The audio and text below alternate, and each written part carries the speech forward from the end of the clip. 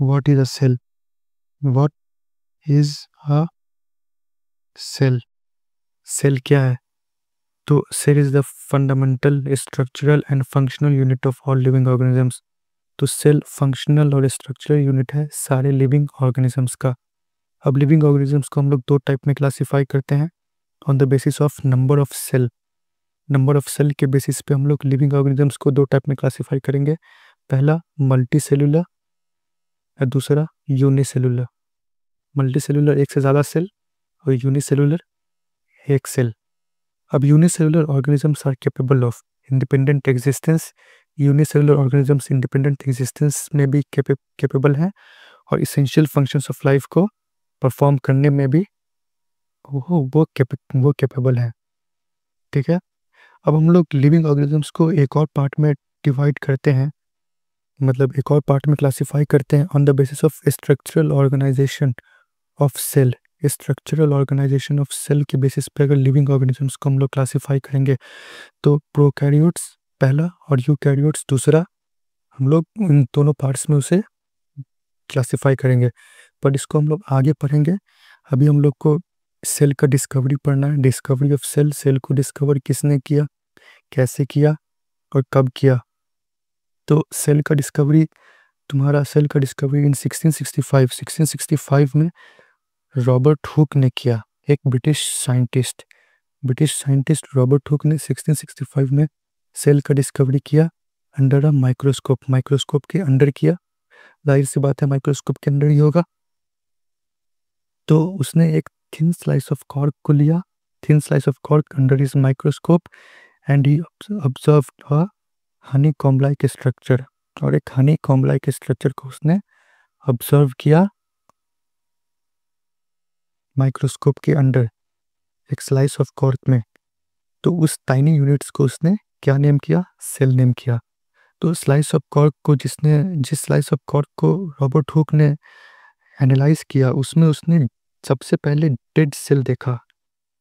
तो Robert Hooke ने dead cell देखा, ना कि लिविंग सेल। तो आखिर लिविंग सेल को किसने देखा?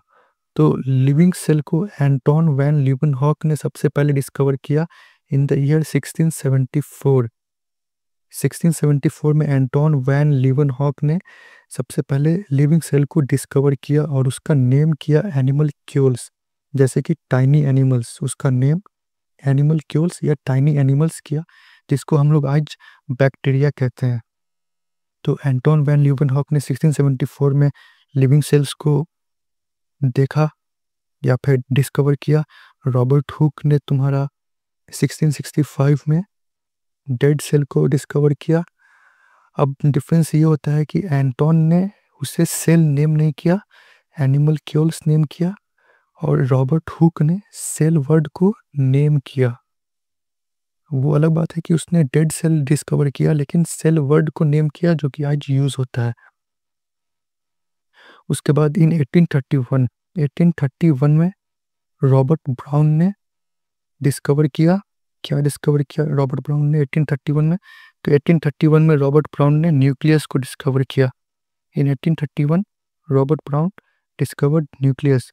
तो अगर देखा जाए और अगर असेंडिंग ऑर्डर में या फिर डिसेंडिंग ऑर्डर जिसमें भी हम लोग ईयर वाइज देखेंगे तो 1665 में तुम्हारा रॉबर्ट हुक ने सेल को डिस्कवर किया, डेड सेल। एंटोन वैन लीeuwenhoek ने 1674 में लिविंग सेल को डिस्कवर किया, जिसे उसने एनिमल क्यूल्स का। रॉबर्ट ब्राउन ने 1831 में न्यूक्लियस को डिस्कवर किया। ठीक है। अब हम लोग सेल थ्योरी को देखेंगे कि what is a cell theory. Cell theory क्या है? तो cell theory is one of the fundamental theories of biology. Biology का फंडामेंटल थ्योरी है, मतलब बायोलॉजी का बेस है सेल थ्योरी। और इस सेल थ्योरी को दो जर्मन साइंटिस्ट ने पहली बार प्रपोज किया था। तो पहला था थियोडोर स्क्वान, एक जूलॉजिस्ट जो कि एनिमल्स को पढ़ते हैं, और दूसरा था मैथायस जेकब स्क्लाइडेन, एक बॉटनिस्ट जो कि प्लांट्स को पढ़ते हैं, या फिर फाइटोलॉजिस्ट है ना। फाइटोलॉजिस्ट भी उसी को बोलते हैं जो प्लांट्स को पढ़ते हैं, या फिर बॉटनिस्ट भी उसी को बोलते हैं। दोनों वर्ड सेम है, कोई खास डिफरेंस नहीं है। तो इन दोनों ने क्या डिस्कवर किया, यहाँ पे सजेस्ट किया। इन्होंने सबसे पहले सजेस्ट किया कि cells were the basic unit of structure and function of all life. मतलब सेल्स बेसिक यूनिट है लाइफ के, और वो सारे फंक्शंस को परफॉर्म भी खुद करते हैं। और इसी से उन्होंने दो पोस्टुलेट्स जो सेल थ्योरी के दिए। ये पहला, all organisms are made up of cells, और दूसरा, all life functions of an organisms occur within cell. ये दोनों चीज मैथायस स्क्लाइडेन और थियोडोर स्क्वान ने दिया इन दोनों को। लेकिन ये थर्ड पोस्टुलेट जो सेल थ्योरी का है, all cells come from pre existing cells, इसे रुडोल्फ वर्चो ने इन 1855 उसने सेल्स को देखा, उसने ऑब्जर्व किया कि सेल्स डिवाइड करते हैं और खुद प्रोड्यूस करते हैं नए सेल्स को, जिसे सेल डिवीजन कहा जाता है। उसने उसे ऑब्जर्व किया और उसे कहा ओमनिस सेल्यूला ए सेल्यूला, जिसे कह सकते हैं all cells come from pre existing cells. और ये तीनों चीज मिलके सेल सेल थ्योरी को कॉन्स्टिट्यूट करता है या फिर बनाता है, जिसमें हम लोग देखते हैं पहला पार्ट की cell organisms are made up of all organisms are made up of cells, ये पहला है। ये दूसरा है all life functions of an organisms occur within cells, ये दोनों को थियोडोर स्क्वान और मैथायस स्क्लाइडन ने दिया।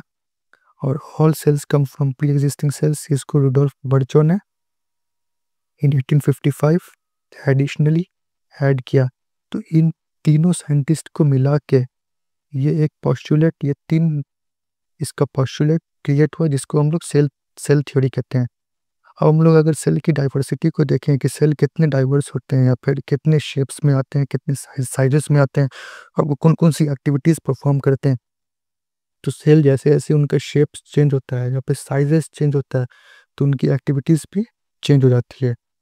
जैसे कि यहाँ पर अगर देखें तो cell vary greatly in sizes and shapes. Cell shapes में और साइजेस में बहुत वेरी करते हैं, ग्रेटली ग्रेटली मतलब कि बहुत ज़्यादा उनका साइज और शेप और एक्टिविटीज़ में डिफ़र करते हैं वो। तो जैसे कि शेप में अगर सेल डिफ़र कर रहा है और साइज में सेल डिफ़र कर रहा है, तो इन दोनों डिफरेंस से उनकी एक्टिविटीज़ में अपने आप डिफरेंस आ जाएगा।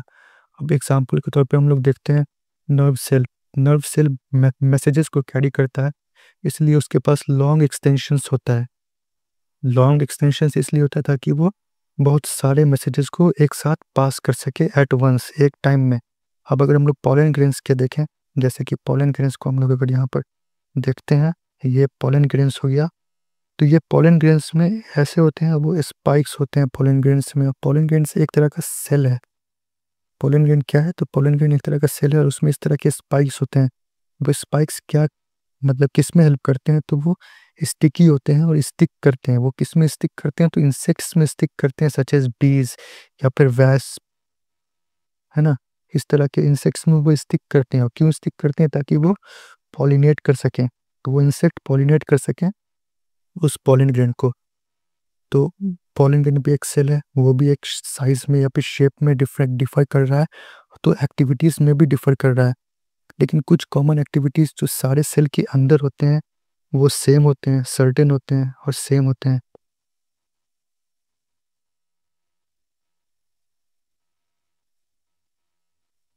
अब हम लोग अगर सेल्स की साइजेस के बारे में देखा जाए, तो cell mycoplasma the smallest cell और ओनली 0.3 माइक्रोमीटर, और फिर बैक्टीरिया 3 to 5 माइक्रोमीटर, और largest single isolated cell is the egg of an ostrich. Ostrich का एक सबसे बड़ा सिंगल आइसोलेटेड एग सेल है। और human red blood cells 7 micrometer होता है डायमीटर में। और ह्यूमन ब्लड सेल्स का अगर देखा जाए तो वो भी कनकेव होते हैं। वो कनकेव इसलिए होते हैं ताकि, ये उसे कनकेव लग तो नहीं रहा, लेकिन छोड़ो, ह्यूमन ब्लड सेल्स कनकेव होते हैं। कनकेव क्यों होते हैं? ताकि वो मैक्सिमम हीमोग्लोबिन को क्या कर सकें, अपने अंदर ले सकें, और फिर मैक्सिमम हीमोग्लोबिन को ले सकें, और फिर ऑक्सीजन को कैरी कर सकें, और उसके बाद सिंपल सी बात है, यहाँ वहाँ जा सकें। रेड ब्लड सेल्स का काम ही यही है, ऑक्सीजन को कैरी करके इधर उधर घूमना। तो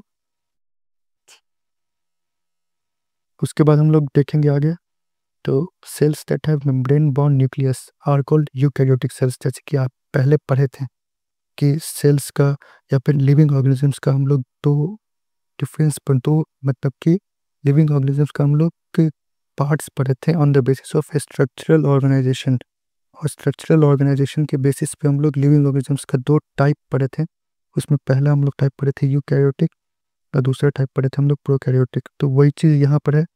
तो वो चीज़ को हम लोग यहाँ पर तो एक सिंपल सा डेफिनेशन के तौर पे समझा दिया है, लेकिन हम लोग उसको आगे अच्छे से देखेंगे। तो यहाँ पर सिंपल सा एक देख लेते हैं कि मेम्ब्रेन बॉन्ड न्यूक्लियस जिसके पास होता है उसको यूकैरियोटिक बोलते हैं, और मेम्ब्रेन बॉन्ड न्यूक्लियस जिसके पास नहीं होता है उसको हम लोग प्रोकैरियोटिक बोलते हैं। कुछ कुछ सिमिलर फंक्शंस जैसे कि यूकैरियोटिक और प्रोकैरियोटिक जो दोनों उस सेल्स हैं वो परफॉर्म करते हैं कुछ कुछ सिमिलर फंक्शंस। उसमें यही सब चीज़ें हैं, जैसे कि वो लोग के पास प्लाज्मा मेम्ब्रेन होता है, साइटोप्लाज्म होता है, राइबोसोम्स होता है, डीएनए भी होता है। मतलब इन ये सारा चीज़ यूकैरियोटिक में भी होता है, प्रोकैरियोटिक में भी होता है। साइटोप्लाज्म भी तुमको यूकैरियोटिक में मिलेगा और प्रोकैरियोटिक में मिलेगा। राइबोसोम भी मिलेगा यूकैरियोटिक्स में और प्रोकैरियोटिक में। बस राइबोसोम 80S और 70S ये डिफरेंस रहता है, बस उससे फ़र्क नहीं पड़ता, लेकिन है तो सेम चीज़। तो यहाँ पर कुछ खास डिफरेंस नहीं है, वो डिफरेंस हम लोग आगे पढ़ेंगे। अभी हम लोग कुछ रिलेटेड क्वेश्चंस देखते हैं जो पहले पढ़े थे, उससे रिलेटेड क्वेश्चंस। तो सबसे पहला question, who first observe the named sales.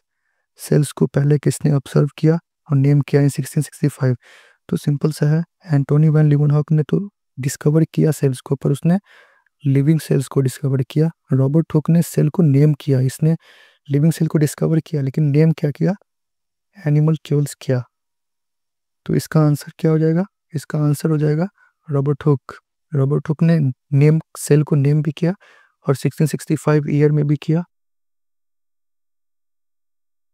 Antony van लीeuwenhoek ने किस ईयर में किया, तो 1674 में किया। उसने लिविंग सेल को डिस्कवर किया और उसने नेम दिया एनिमल क्यूल्स। ठीक है। अब दूसरा क्वेश्चन अगर देखा जाए तो which scientist is credited with discovering the first living cell. Living cell को डिस्कवर किसने किया, है ना, बैक्टीरिया या protozoa, due to significant improvement in microscope technology. तो एंटोन ने लिविंग सेल को सबसे पहले एंटोन ने किया और उसे नेम किया एनिमल क्यूल्स। एनिमल क्यूल्स। अब थर्ड क्वेश्चन अगर देखेंगे तो the cell theory a cornerstone of biology. Cell theory a cornerstone of biology was jointly proposed by which pair of scientists in 1838 and 39। 1838 और 39 में किसने जॉइंटली प्रपोज किया cell theory को, तो Schleiden ने और स्क्वान ने। जिसमें तुम्हारा स्क्वान क्या था, जूलॉजिस्ट था, स्क्लेडन क्या था, बॉटनिस्ट था। ठीक है। उसके बाद वर्चो ने क्या किया, वर्चो ने लेटर 1855 में डिस्कवर किया, या फिर डिस्कवर ने किया, एक और चीज प्रपोज किया, वो है होमिनिस सेल्यूला ई सेल्यूला।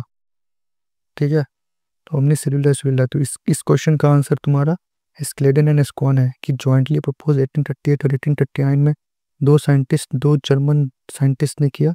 उसका नाम स्क्लेडन और स्क्वान है, मैथायस स्क्लेडन और थियोडोर स्क्वान। उसके बाद हम लोग फोर्थ क्वेश्चन को देखते हैं। तो फोर्थ क्वेश्चन तुम्हारा, which statement is incorrect regarding the cell theory. अब सेल थ्योरी को लेके इनकरेक्ट स्टेटमेंट कौन सा है। तो पहला statement, cells are the structural unit of life. तो ये तो इस सेल थ्योरी से सही है क्योंकि cell structural unit of life होता है। All living organisms are made up of cell, ये भी तुम्हारा सेल थ्योरी से है कि सारे ऑर्गेनिजम्स सेल से बनते हैं। उसके बाद cells can only be formed from pre existing cell, ये भी है तुम्हारा। ऑल सेल्स कंटेन न्यूक्लियस, ये भी तो है कि सारे सेल न्यूक्लियस कंटेन करते हैं, लेकिन प्रोकैरियोटिक सेल में न्यूक्लियस नहीं होता, और ये सेल थ्योरी इस चीज़ को मेंशन भी नहीं करता। तो which statement is correct regarding cell theory. Cell theory के रिगार्डिंग कौन सा करेक्ट है, इनकरेक्ट है। तो सी नंबर। पहली बात तो न्यूक्लियस सिर्फ यूकैरियोट में होता है, प्रोकैरियोट में न्यूक्लियस नहीं होता। प्रोकैरियोट में न्यूक्लियोइड होता है, न्यूक्लियोइड रीजन। अब क्वेश्चन 5, ये लास्ट क्वेश्चन है। तो what did Antonie van Leeuwenhoek primarily observe with his microscope that Robert Hooke could not? Robert Hooke ने नहीं देखा, जो एंटोनी वैन लीवनहॉक ने देख लिया। तो उसने क्या देखा? उसने लिविंग सेल्स देखा है, क्योंकि रॉबर्ट हुक ने डेड सेल्स देखा है, तो एंटोनी ने लिविंग सेल्स देखा है। सिंपल सा है, एंटोनी का एक ही काम है बस।